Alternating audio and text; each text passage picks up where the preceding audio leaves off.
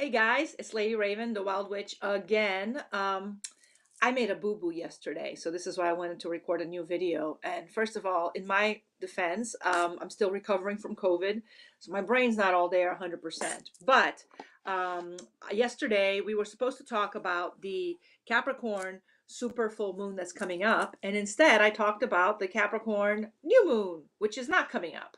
So let's forget all of that we talked about for the new moon. Let's talk about the Capricorn super full moon. So first of all, let's dissect some of that. So what does a super full moon mean? What does that actually mean?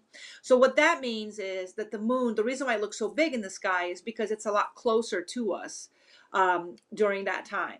So there's a few things that's going to make happen, right? Number one is you're going to be in a situation where now all of a sudden you're being more influenced by the moon. Its normal influence is greater because it's so much closer to our planet.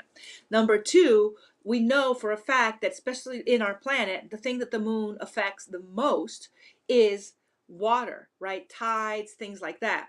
So it means that it's going to have a much greater impact in the water element. So just from being a super full moon, you know two things. You know, first of all, that the moon energy is going to be a lot stronger than it normally is. And you know that the water element is going to be present, and it's going to be kind of ingraining itself into all little components of whatever is going on this month. So let's keep that in mind as the first part of deciphering what this energy is about. So it's a super full moon, heavy duty on moon energy, very heavy duty on water energy, elemental water. So, and we know, what does elemental water normally refers to? It refers to fluidity. Elemental water a lot of times can be very emotional, can leave you feeling like you're kind of on a little bit of an emotional roller coaster. So there's a lot of things that the elemental water does that may not necessarily be things that you are really wanting to see happen. If you're in the middle of trying to make a decision, an important decision, you may not want a whole boatload of elemental water coming in because you're trying to make a decision based on facts and what's best for you instead of based on emotions. So keep that in mind when you do this work this month, because that elemental water is going to kind of infiltrate every single aspect of the work that you're doing. So take care to use it for your advantage and not to use it for your disadvantage. That's number one. So the number two, so we're talking now Capricorn energy, which we talked about in detail yesterday, but since I deleted those videos because it was all wrong, I'm going to talk about in detail again. So let's talk about Capricorn energy. So Capricorn is ruled by two, a planetary element and an elemental element, right? So the elemental component of Capricorn is elemental earth, which deals with all things physical, right? All things that are tangible, that you can put your hands on, that you can grab. All of those things are associated with elemental of earth.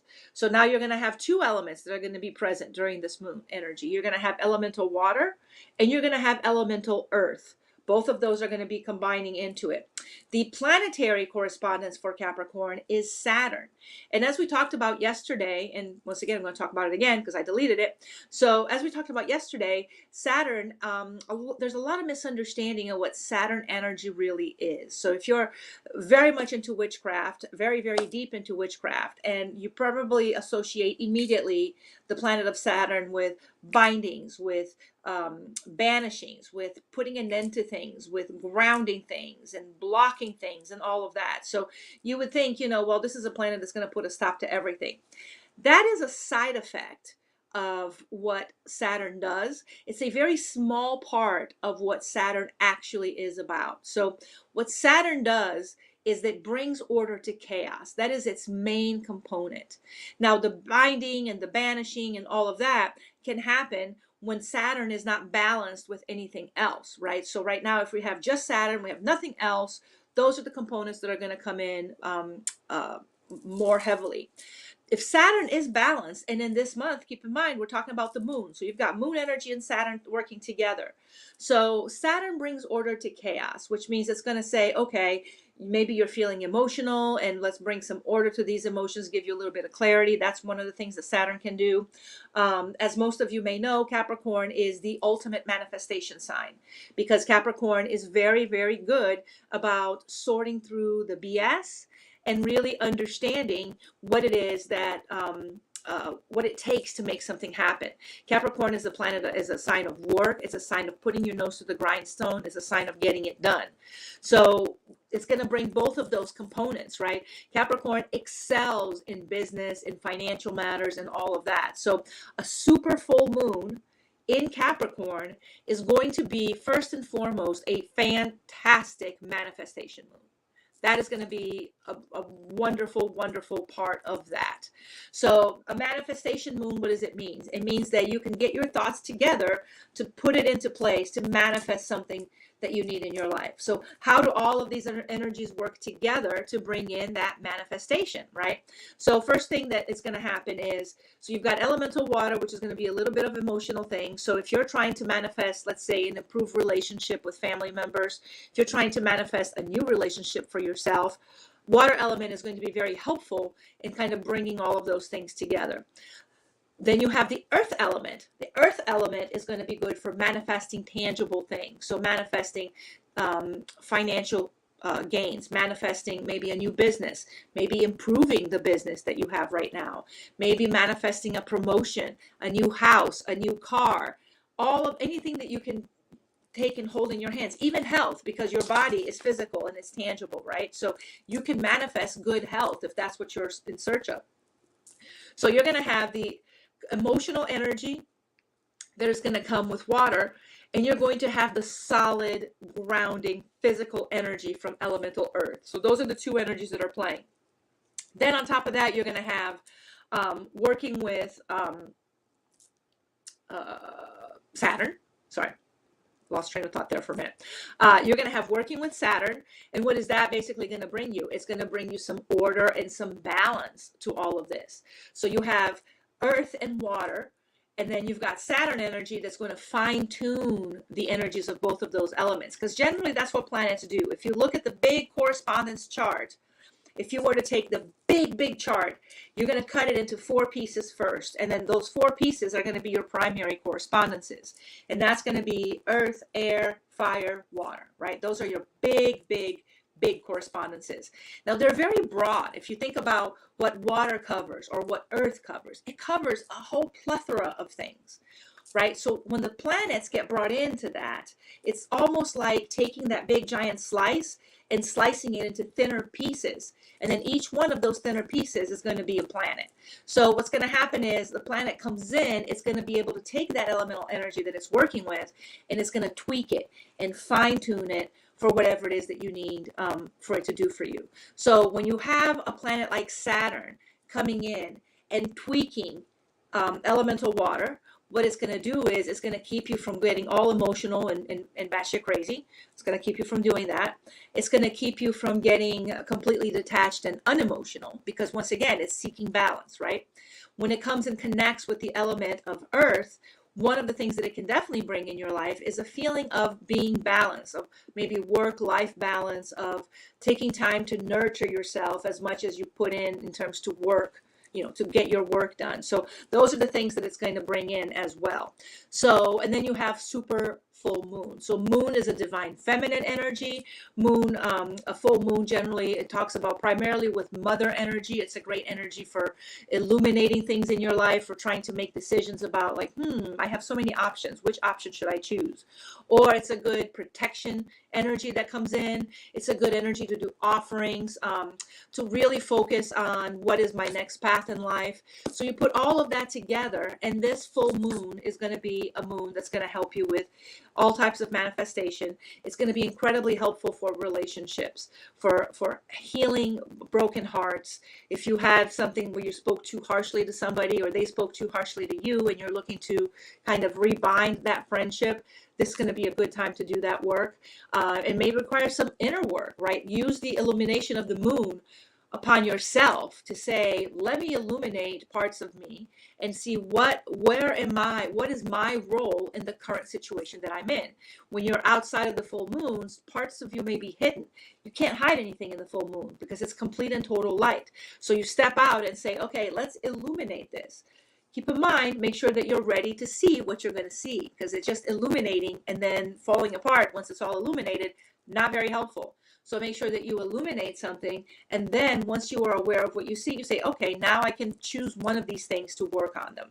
So that's how it's going to work for that. For manifestation, it's going to be great for financial manifestation. So if you own a business and maybe it's not doing so great, because a lot of businesses are not doing so great right now because of the economy, this is a time to give it a jolt, a boost, right?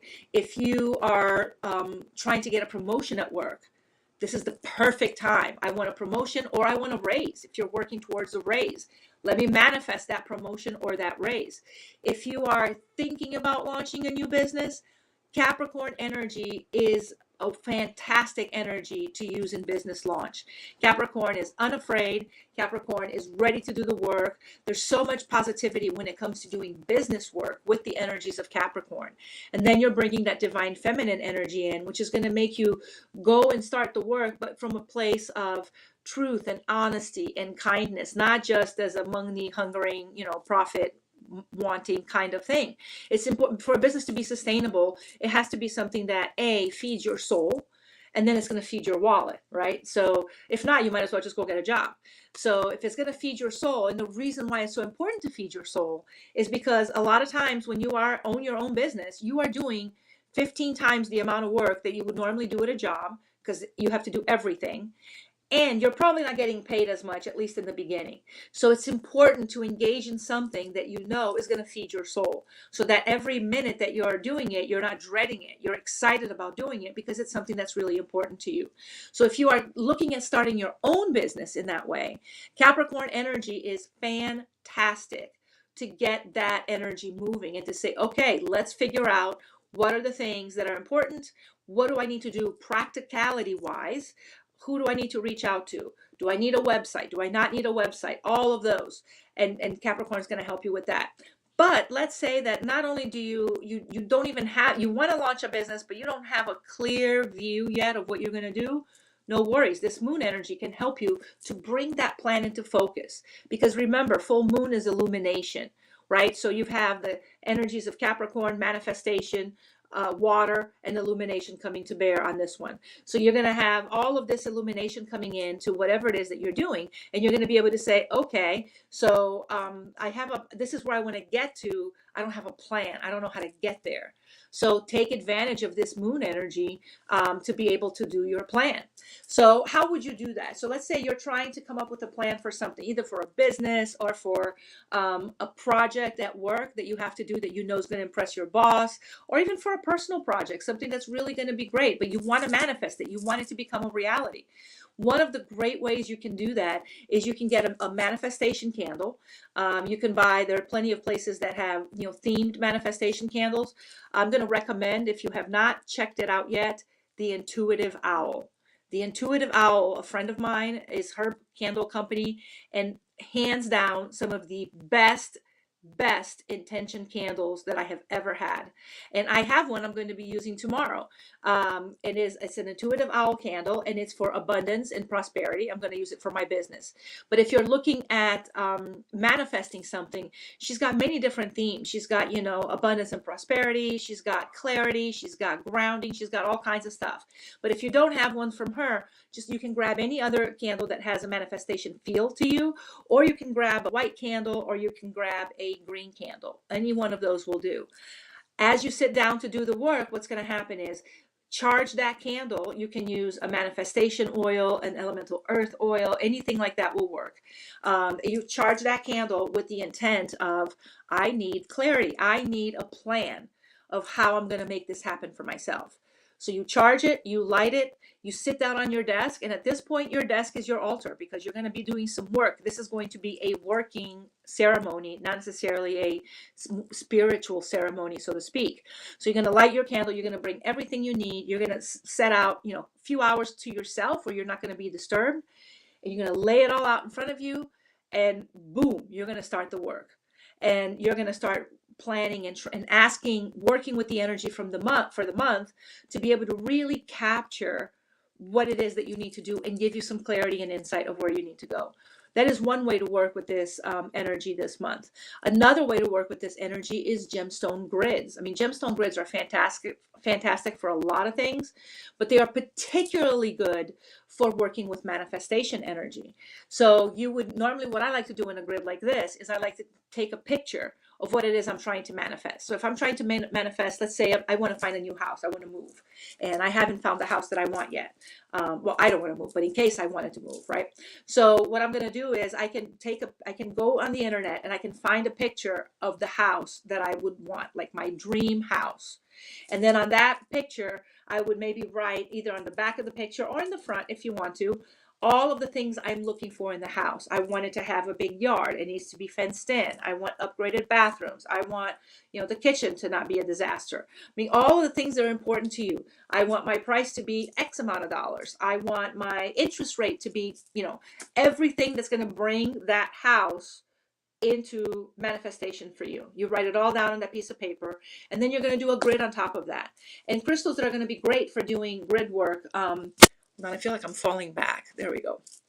There, that's much better. Crystals that are great for manifestation work, for doing this kind of work this month, you're going to be looking at a lot of your green crystals. So moss agate is great for tangible things that you're trying to manifest. Green aventurine, one of the best crystals for that. I always throw in some quartz to just amp up what it is that you're trying to do. Prasiolite, which is green amethyst, is going to be, excuse me, another fantastic crystal. Green tourmaline is going to be great. Green calcite, sometimes not as much for manifestation. Green calcite is great if you want to manifest a relationship, or if you want to manifest a friendship, or if you want to manifest a repair of a relationship, or something to that effect. Calcite is your best friend at that point. So there's a lot of different crystals you can use. You can use some tiger's eye, which is going to bring the component of luck into your manifestation, as well as with protection. So why would you need luck and protection in your manifestation? So let's say that you are that you are trying to manifest that new house, right? Luck is you're looking for a very specific house. You're going to need luck to be able to find it, to say, this is the house that I'm looking for right here. And then the second part of that is protection. Why? Look at the housing market right now. It's crazy. Want to know about, no, I don't want to know about you right now. I'm sorry. I'm in the middle of doing a class. You can reach out to me separately and we'll talk about that. But anyway, so there's a lot of very crazy things that that can happen. You can have a bid in a house, and then somebody else comes in and puts a bid and underbids you, or something like that, and then you lose the house that you're wanting to do. So it's important for you to be able to just kind of sit with that energy and protect it. So once you've made the progress, you've found that perfect house, you want to protect the work that you've done and the luck that you've received. So this is why protection is important. Another one that's important is going to be pyrite. Is going to be a great crystal to add to a manifestation grid. Why? Because pyrite is going to bring in the money. It's going to bring in all of that. So let's say you turn around and you say, well, God, I'm going to need, $5,000 for my down payment. Where the hell am I going to get $5,000?